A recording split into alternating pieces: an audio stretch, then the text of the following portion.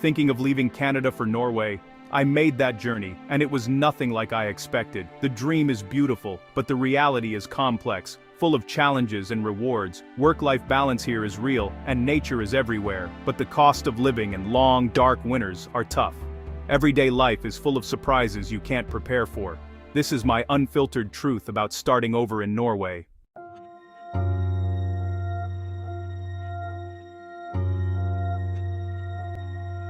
To understand why I moved to Norway, we first need to talk about why I left Canada. I was living in a country that is, by all measures, one of the best in the world. Canada is vast, beautiful, and full of opportunity. Its major cities like Toronto, Vancouver, and Montreal are vibrant hubs of culture and innovation. The natural landscape is breathtaking, from the Rocky Mountains to the Atlantic coast. The quality of life is generally high, and it is a place many people around the globe dream of calling home. I was fortunate to be there, and I knew it. But despite all these positives, certain things started to feel heavy. The pressures of modern Canadian life began to weigh on me, creating a sense of unease that was hard to shake.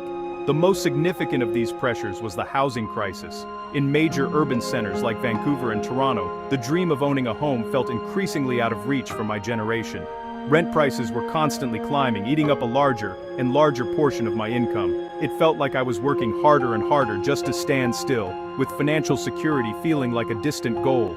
This financial strain was compounded by a rising cost of living that seemed to outpace salary growth. Groceries, gas, and everyday expenses just kept getting more expensive. While my career was progressing, it did not feel like my quality of life was improving at the same rate. This led me to question the very definition of success I had been pursuing. I started to think deeply about work-life balance and what I truly wanted from my daily existence. The Canadian work culture, while productive and ambitious, often felt like it prioritized hustle over well-being. I found myself craving something different. I wanted a life that was slower, more stable, and more fundamentally balanced. I dreamed of a society where personal time was as valued as professional achievement, and where social safety nets were strong enough to catch you if you stumbled. The constant drive for more, a bigger salary, a better job title, a larger home, started to feel exhausting. That is when a new possibility entered the picture, a country known for its different approach to life. That is when I started looking seriously at Norway. The dream of a simple home in Canada felt out of reach. Prices soared, renting offered little relief, and every year the goalposts moved further away. It was like running on a treadmill, working hard, but never getting ahead. I needed a place where finding shelter wasn't an unwinnable race.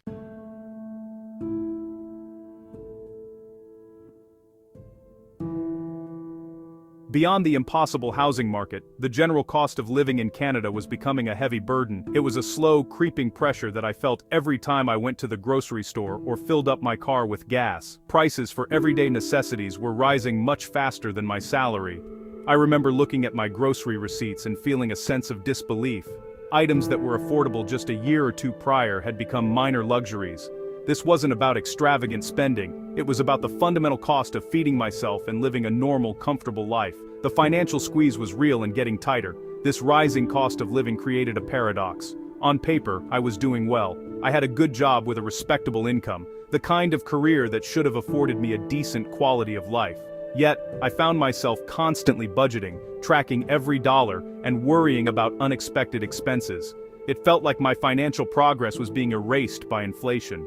The reward for my hard work wasn't a growing sense of security, but rather the ability to simply keep up with the escalating costs of everything around me.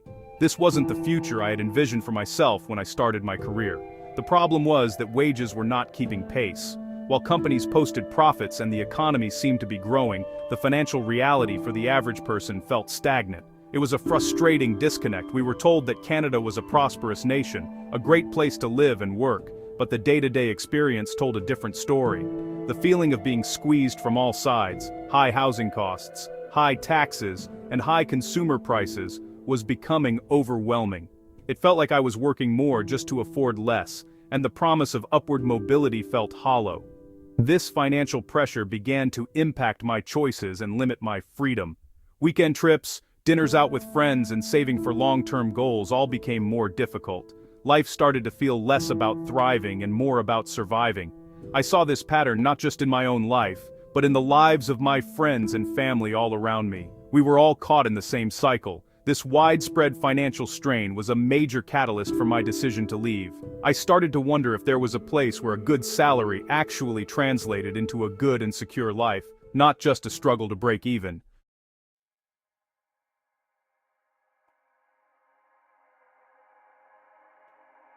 The financial pressures were a huge part of my decision, but there was something deeper too. I started to feel a profound disconnect with the prevailing work culture in Canada. In the professional circles I moved in, there was an unspoken expectation of constant availability. Answering emails after hours, staying late to finish one more task, and prioritizing work above all else was seen as a sign of ambition and dedication. This hustle culture was celebrated. But for me, it was becoming emotionally and physically draining. I felt like my identity was becoming too closely tied to my job title and my productivity.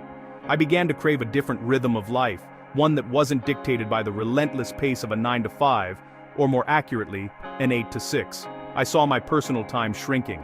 My evenings were spent recovering from the workday, and my weekends were spent preparing for the week ahead. Hobbies and passions were being pushed to the side. I wanted a life where work was just one component, not the entire focus. I wanted more time for nature, for friends, for quiet reflection, and for simply being present. The Canadian ambition that once inspired me now felt like a relentless demand for more. This desire for balance led me to question the very definition of a successful life. In North America, success is often measured by career advancement, income level, and material possessions. It's a ladder you're expected to climb, and to climb quickly. But I realized that my personal definition of success was changing. It was becoming less about what I had and more about how I felt. I valued peace of mind over a prestigious job title. I valued free time over a bigger paycheck. I wanted a society that structurally supported this kind of balance, rather than leaving it up to the individual to fight for it. That's when my research into other countries became more serious. I wasn't just running away from Canada's problems, I was actively searching for a solution. I was looking for a place where the culture and the system itself valued a slower, more deliberate way of living. A place where leaving work on time was the norm, not the exception. A place where generous vacation time was a given, allowing for true disconnection and rejuvenation. This search for a different pace, a more humane and balanced approach to life and work, was the final piece of the puzzle that pointed me squarely toward Norway. With the pressures of Canadian life weighing on me, I began searching for something better. Norway kept appearing in headlines, always among the happiest countries in the world. It wasn't just the scenery, it was a society built on well-being, stability, and collective responsibility. The promise wasn't constant joy, but a baseline of satisfaction that seemed to be eroding back home. Norway became a beacon of hope, a place where happiness is more than just a slogan.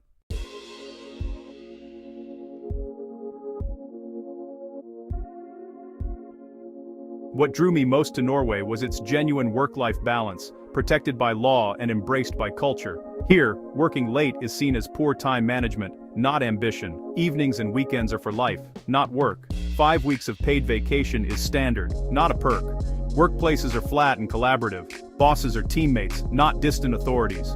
Generous parental leave and subsidized childcare show that well-being matters as much as productivity. This isn't just about a job. It's a society that values living fully. Moving to Norway meant adopting a new philosophy. Balance isn't optional, it's essential.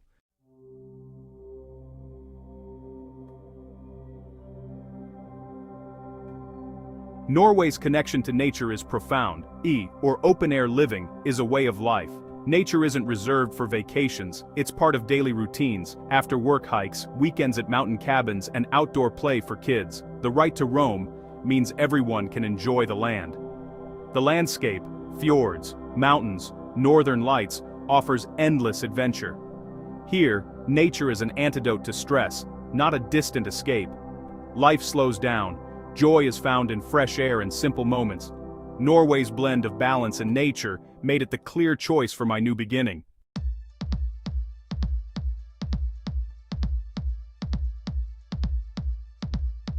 My dream hinged on one thing, a job offer from Norway. The process was tough. navigating a specialized job market, networking from abroad, and tailoring my experience for Norwegian employers. I learned I needed to be exceptionally qualified, offering unique skills. Rejection stung, but persistence paid off. After months of searching, I finally got the offer, the golden ticket to my new life. Relief and excitement washed over me. With the job secured, the real immigration journey began.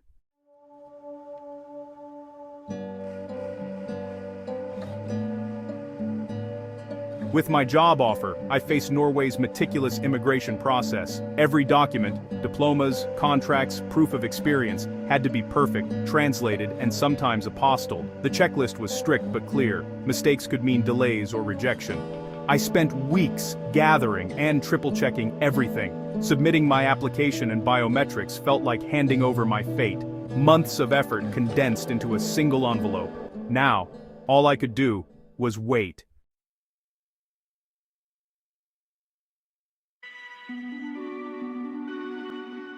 Waiting for approval was agonizing, life on hold, plans uncertain. I couldn't commit to Norway or stay settled in Canada. Anxiety grew with every passing week and every forum horror story. Then, one morning, the email arrived. Your application has been granted. Relief and joy were overwhelming. The dream was finally real. That night, I celebrated a new chapter.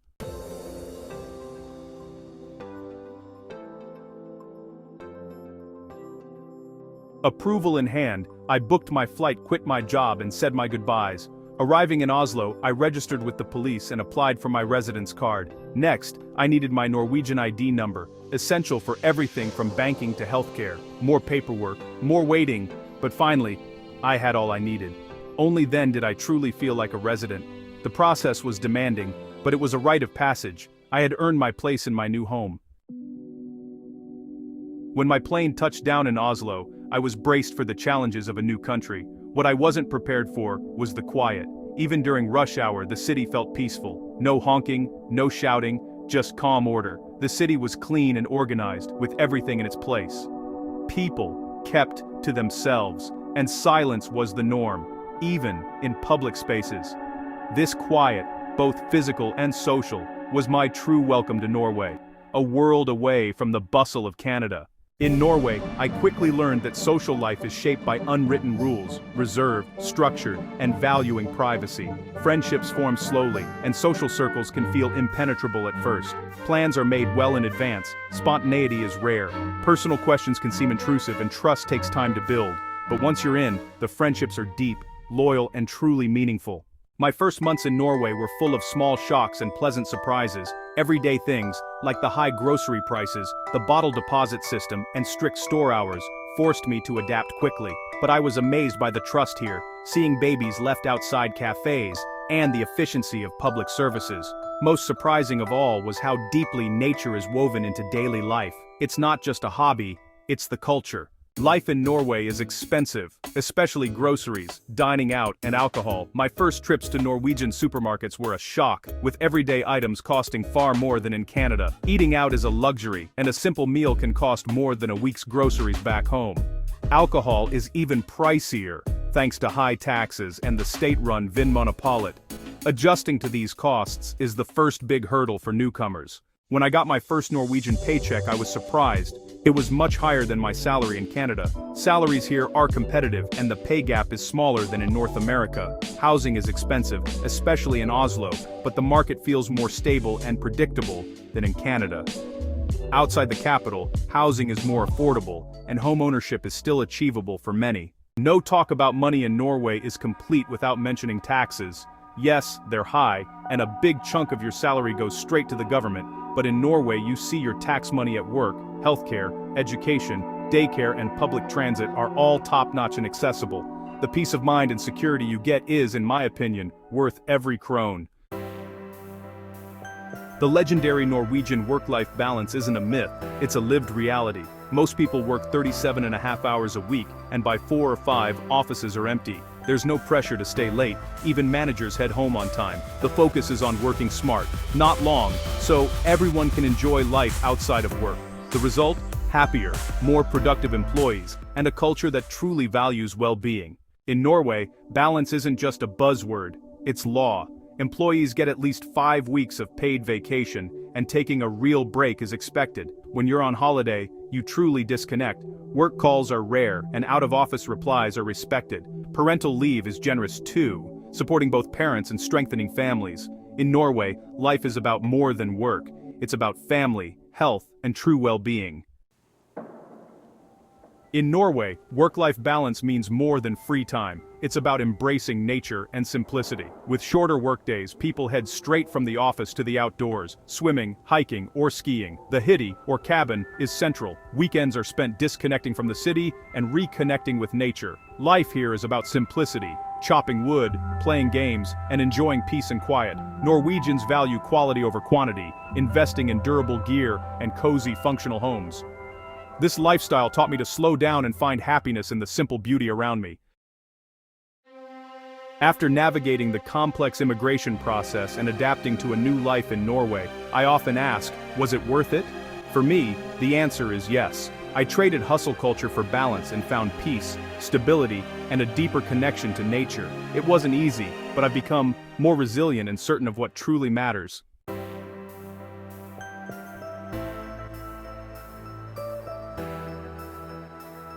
If you are a Canadian sitting at home, watching this, and seriously contemplating a move to Norway, my advice is to approach it with both your heart and your head. First, and most practically, secure a job before you do anything else. This is the single most critical piece of the puzzle. Your entire immigration process hinges on it. Start researching companies in your field, tailor your resume to Norwegian standards, which are often shorter and more direct, and be persistent. Emphasize any specialized skills you have that might be in high demand. Without that job offer, the dream of Norway will remain just that, a dream. Second, you must prepare financially for the high initial costs. Even with a good job offer, the first few months are incredibly expensive. You will need money for your visa application, your flight, a deposit for an apartment, which is typically 3 months' rent, and to cover the shocking cost of groceries and daily life before you receive your first Norwegian paycheck. I would recommend saving a substantial buffer, more than you think you will need. Having this financial cushion will reduce your stress immensely and allow you to focus on settling in rather than worrying about every krone you spend. Do not underestimate this step. Third, start learning the language now. While it is true that almost all Norwegians speak excellent English, making a genuine effort to learn Norwegian is a sign of respect and the single most effective tool for social integration. It opens doors that will otherwise remain closed. It allows you to understand the nuances of the culture, to participate in conversations at work parties, and to eventually form deeper friendships. You do not need to be fluent before you arrive, but starting with basics like Duolingo or online courses will give you a massive head start and demonstrate your commitment to becoming part of the society. Finally, and perhaps most importantly, do not move to Norway simply because you are escaping something in Canada. A change of location rarely solves internal problems. Instead, move because you are actively moving towards something that Norway offers. Move for the work-life balance, for the connection to nature, for the social security, for the quiet. Your motivation must be positive and aspirational. Understand your why on a deep level, because you will need to hold on to it during the challenging moments of adjustment. A move driven by clear, positive goals is far more likely to be a successful and fulfilling one.